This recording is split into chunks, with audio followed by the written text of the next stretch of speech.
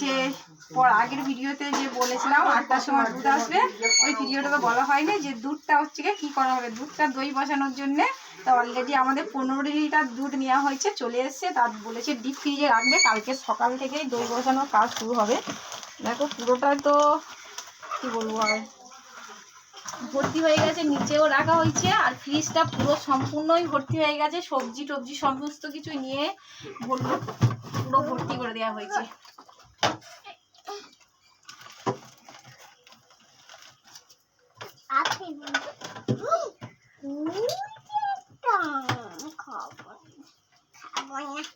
Deep ফ্রিজটা তো পুরোই ভর্তি হয়ে গেছে, নিচে অনেক প্যাকেট ধরেনি তাই নিচে রাখা হয়েছে।